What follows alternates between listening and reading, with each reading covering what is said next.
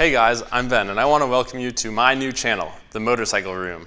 So the Motorcycle Room is this room where I keep my motorcycles, and also figured it would make a great name for a new channel. So I just kind of went with it. This channel is going to be all about fixing, riding, braking, and maybe even doing some custom stuff on the motorcycles that I own and the motorcycles I'll hope to buy in the future. As you can see, I have one of my fine steeds behind me. This is a 1998 Honda Superhawk VTR1000 that I call the death bike. Now, this motorcycle came to me via Facebook Marketplace, a place that I'm sure many of you shop for cheap motorcycles. And I actually messaged the guy, and he was selling this and a Gixxer 750, and he had them listed for $700. So I went to look at it and I thought, wow, this is in rough shape. I've never seen a motorcycle that was this ratty. I mean, you can look at the seat, nothing to secure the seat, and just totally ripped up, like ripped to shreds. You know, the battery cables are spliced together. It has no fairings at all, not even like a fender. When I got it, the clip-ons were really bent. You know, it also had this nice LED light bar like you'd see on a Jeep, and it didn't run either. So I looked at it, and he told me that it was a bad stator, and I kind of just figured I would trust him on that. And I think he was asking $500 for the bike. So I came back and I thought about it, and I messaged him and I was like, I'll give you $100 for the bike. He came back and he said he could do $250, and I figured I paid $250 for a fairly modern sport bike with adjustable suspension, you know, a good amount of power. And as soon as I replaced the stator and the regulator rectifier, it was working perfectly. If you turn on the odometer, it has 73,000 miles, which is a ton for a motorcycle. Looking at the engine cases, I think maybe it was rebuilt at some point, because there's definitely new seals or kind of like gasket maker in places where you wouldn't expect. Like the oil pan gasket has definitely been replaced, so they've pulled the pan before, I'm not really sure why. And one of the nice parts is it has this high mount exhaust, which sounds amazing. Part of that could be because it has a hole in it. There's a hole right under the swing arm. Another thing that I noticed after I bought it is that this had a hole in the swing arm. I haven't done that much to it before starting this channel.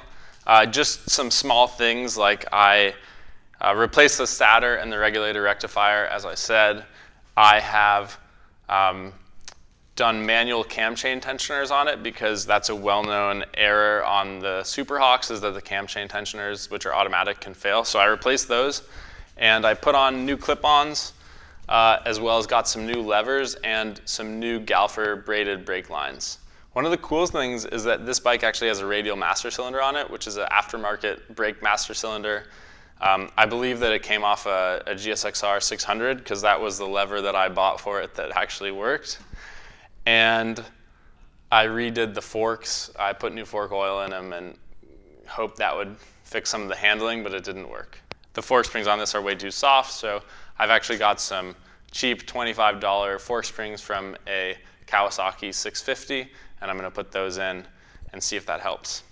It doesn't handle perfectly, and when I got it, the brakes didn't work at all, so it was really scary. But it's one of the fastest motorcycles that I've ever ridden. It just feels so fast because it's loud and you're just out there, and I think it has, you know, a ton of torque. So it's really fun. And so for $250, I mean, what could go wrong? So I want you guys to comment below how much you think I've spent on this motorcycle so far. And if you're right, you're right. Okay, so you've heard about the history of the bike, and I'll tell you basically my plan for this when I first bought it was to build it as a track bike. And I've actually had this motorcycle for over a year. I wanted to, you know, teach my friends how to ride on it because it was lowered, and, you know, it was so banged up, I figured like it's not a big deal if anyone drops it. So I have had my friends drop this a couple times, and it's still here, it's still working. So it definitely served its purpose. I'm going to start today with something that should be easy, which is replacing the rear tire. I say should because I've found that with motorcycle tires, if you don't have the right tools, aka like some sort of bead breaker. I've actually never used the proper tools, but I've seen people use them, so those help a lot. All I have are these tire irons, and I think it's going to be a bit of a struggle. So without further ado, I'm going to get to work. So I'm working on taking the rear wheel off first, and maybe I'll tackle the swing arm after that. I just got this bolt off, and now I'm going to hit it.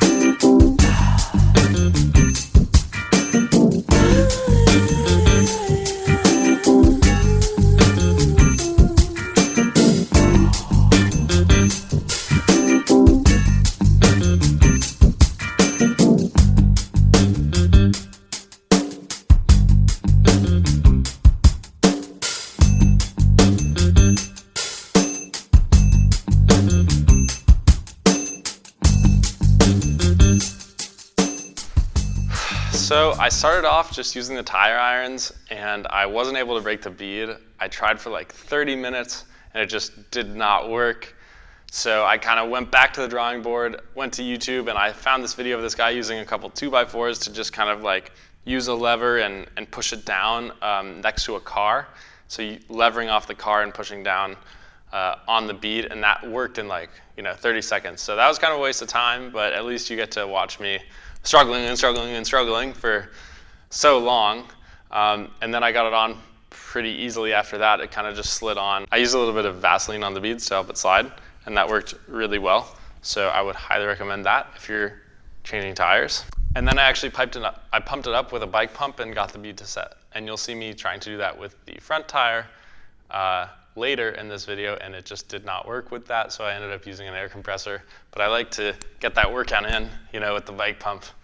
It's like a good tricep workout when you're kind of going for it. Next thing to tackle is the swing arm, and I am gonna have a little bit of a struggle with that because I actually have to take the bike, and suspend it somehow. So I think what I'll end up doing is using a ladder and some just regular tie-down straps and just lift it up with the paddock stand and let the paddock stand down, and then have it hang on the tie-down straps, and I'll take the swing arm off.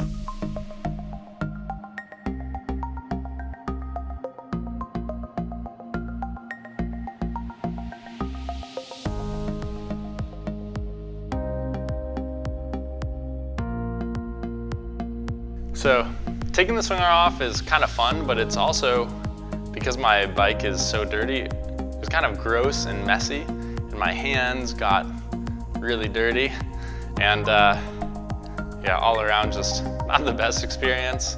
It's always better when you are working on motorcycles to clean them first, because then you don't get dirt in them, and then also you don't get dirt all over yourself like I did. There's definitely an oil leak, maybe something that's coming from above, and I think that's what's causing all this to stick around. But we'll fix that later.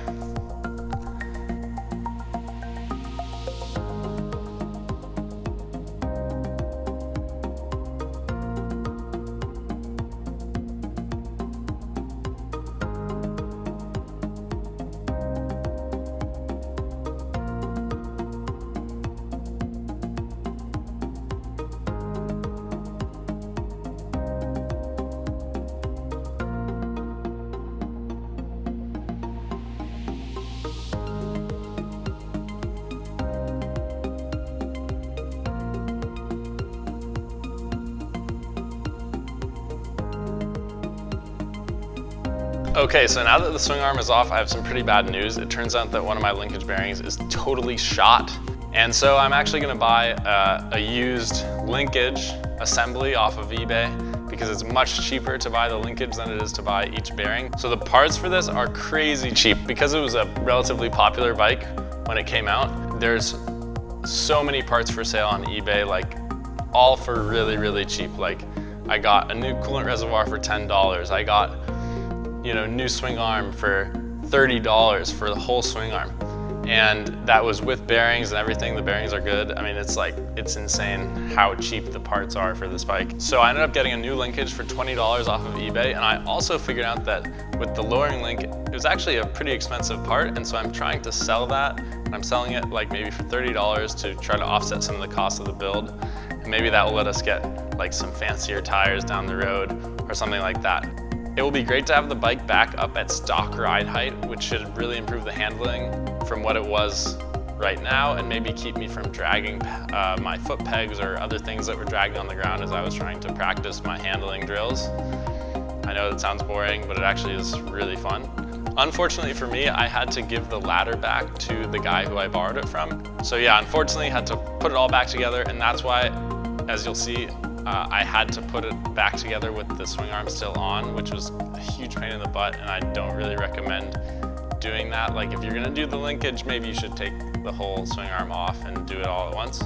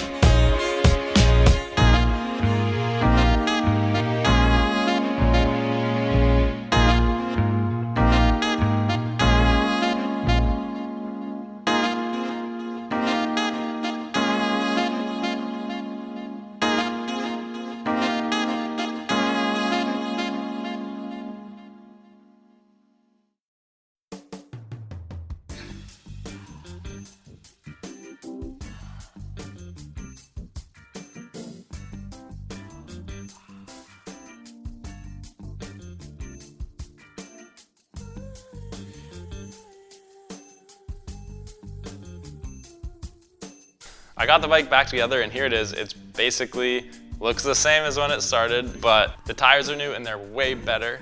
And the swing arm is in good shape now. It also sits a little bit higher off the ground, but you probably won't be able to tell that from this video. Okay, so now that it's all back together, I'm gonna take it for a ride in the parking lot and kind of do some of my typical handling drills and see kind of how it feels with these new tires. Before it would push a little bit going through corners and kind of feel like maybe it wanted to slide out. So it's kind of hard to find the limit with it. So hopefully now it's gonna feel a little bit more predictable. It's got the stiffer suspension, it's raised up, and I think it will be a lot more flickable too. and I'm really excited for that.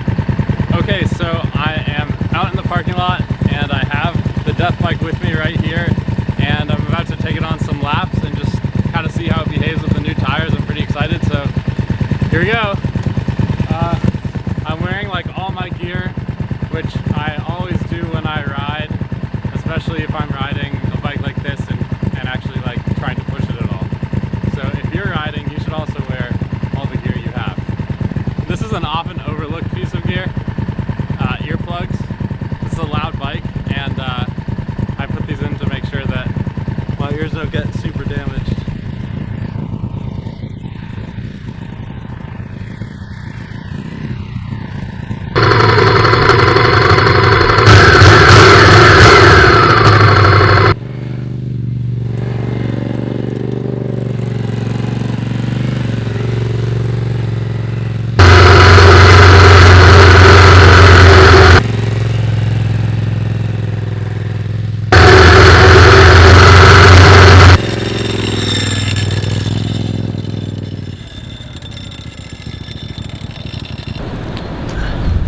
So this is just one of many things that can happen if you have a cheap motorcycle and you haven't tightened down all the bolts. So here you can see that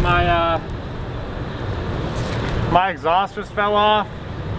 So I gotta go get a bolt and reattach that, and then we'll go back at it again, all right?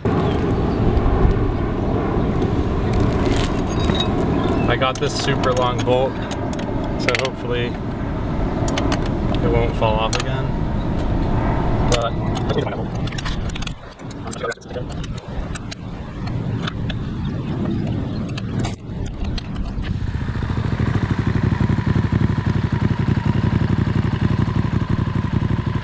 okay, so we found these.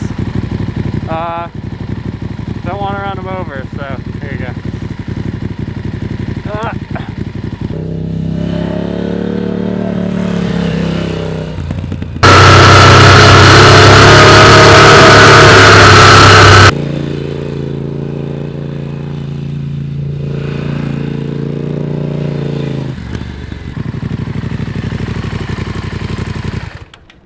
Oh, feels good. Definitely still a little bit of pushing when I'm really down in the turn. I can really feel it, but that could be my throttle control. Not bad for $250.